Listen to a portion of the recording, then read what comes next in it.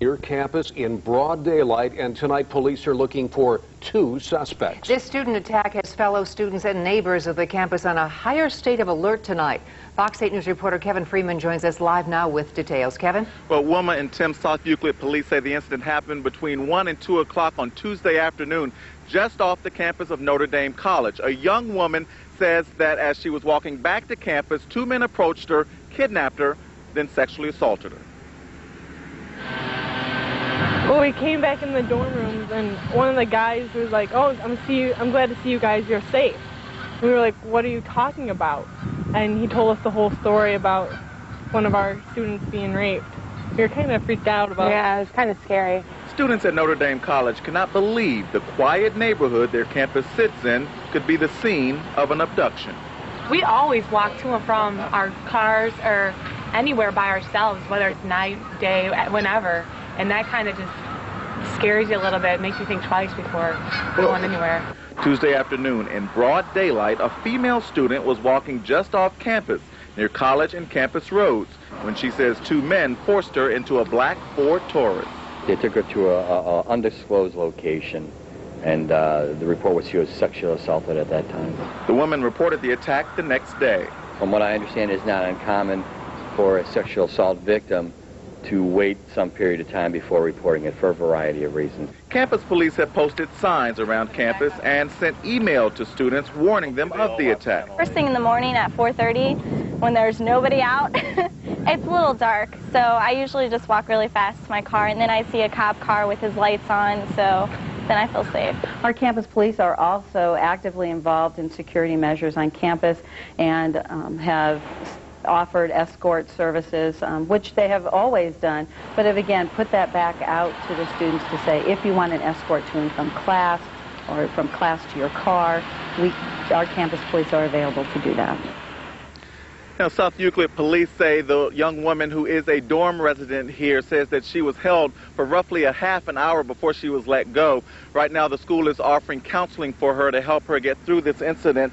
Also, once again, police are asking the people on campus and the people in the surrounding areas to keep an extra eye out. They aren't asking people to panic, but just to once again keep an extra eye out. And Tim and Wilma, they're asking that if anyone saw anything unusual on Tuesday afternoon around 1 and 2 o'clock in the afternoon, to please call them with any information they might have. Kevin, do police at this point believe that this is connected to any other attack that happened on campus, the one that happened last fall, for example? No, right now you're probably referring to last October when a man dressed in drag apparently attacked someone in the locker room here, but police say no, this is not connected. They say that case is still open, and right now they're asking for help in solving this one, but no connection.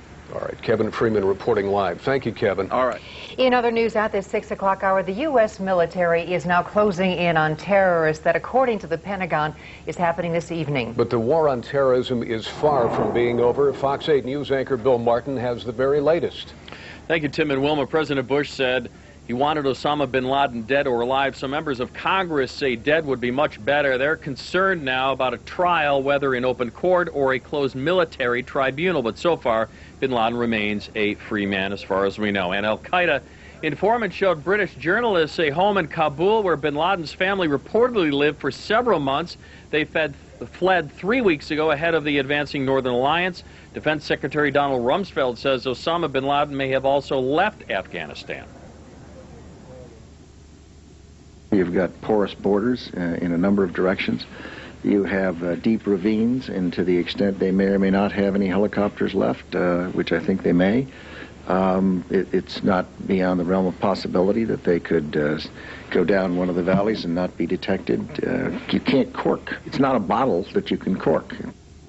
Meantime, Northern Alliance soldiers in Kabul have found an abandoned laboratory containing chemical formulas. You recall bin Laden's claims that al-Qaeda already has a chemical and nuclear arsenal. That abandoned lab, by the way, had taken a direct hit from U.S. rockets. Pentagon says recent airstrikes have been extremely effective. Details from Fox 8 News reporter Suzanne Stratford. Suzanne? That's right, Bill. The Pentagon won't give an exact figure, but a spokeswoman says the last 2 days of airstrikes in Kabul and Kandahar have killed a number of Taliban, including al-Qaeda leaders. However, neither that bombing nor today's fighting in Kunduz is believed to have killed Osama bin Laden or the Taliban's top leader. Kunduz is one of the Taliban's last pockets of resistance in the northern Afghanistan area. A Taliban spokeswoman says the retreat from major cities is part of their strategy aimed at defeating America. Homeland Security Director Tom Ridge warns that the United States must not let down its guard. It makes a great deal of common sense to conclude that if you are putting pressure on your enemy in one area or one venue, they may choose to act out in a separate area in a different venue. And so that is one consideration that obviously is in play. But I think our state of readiness and wariness is as high as it has ever been. Now, one example of that readiness and wariness is the aviation security bill that's working its way through Congress as we speak. Negotiators have reached a compromise today, and it's expected to be passed tomorrow when lawmakers finally vote on it. Tim and Wilma. Thank you, Suzanne. Some new evidence tonight as to why American Airlines Flight 587 came apart after taking off from Kennedy Airport. Investigators now say the Airbus ran into 2 blasts of turbulence left by a jumbo jet. Now, one of those blasts sent the plane careening sideways before it crashed. Those so-called wake encounters were probably responsible for breaking off the 27-foot tail fin. Point out that the investigation continues on the basis of all the information we have to this point to point to an accident. We're continuing to work with the FBI, looking at all the evidence, and we will continue to consider all questions as to whether or not there is any evidence of criminal activity, but to date we do not see it. Investigators also say that air traffic control did nothing wrong. It's been a home for people without homes for more than a century. The assisted living facility is a place where friends are family. But soon their lives will be ripped apart when their home is forced to close its doors for good. Fox 8 News reporter Tracy McCool joins us live now from Studio 8 at Summit Mall with the story. Well, Tim, the Medina County home is scheduled to close after the first of the year, and the announcement was certainly a shock to its residents and longtime employees. But the county commissioners who made this move say it all boils down to one thing: money. It means everything. It's my home. My home means everything I got.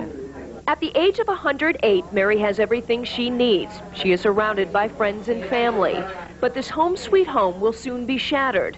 The Medina County Assisted Living Facility has been around for more than a century, and it's now being forced to shut its doors for good.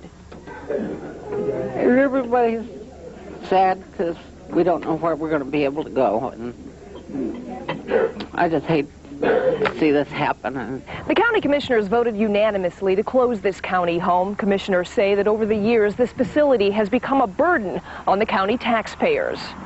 It doesn't bother them in the least to come down here a month before Christmas and say, we're taking your home away. I know that they feel it's unfair.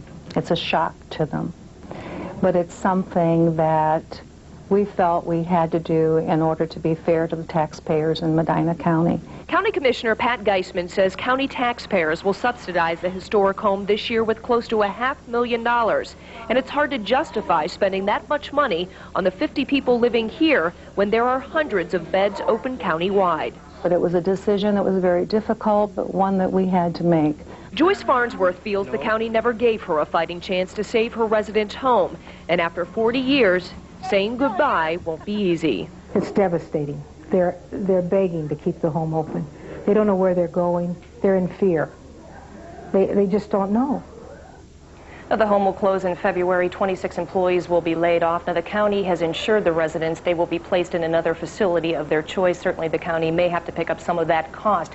But Tim, Farnsworth is really concerned that some of these residents may fall through the cracks. She's also worried that some of them may have a difficult time moving on without their friends. Some of these people have lived in this home for more than 20 years. Yeah, it's like losing their family. Oh, absolutely. Tracy, what's going to happen to the building once it's shut down? Right. Well, Tim, this building has been around for more than 100 100 years, 106 to be exact, but county commissioners say it will not be torn down. A lot of ideas have been tossed around.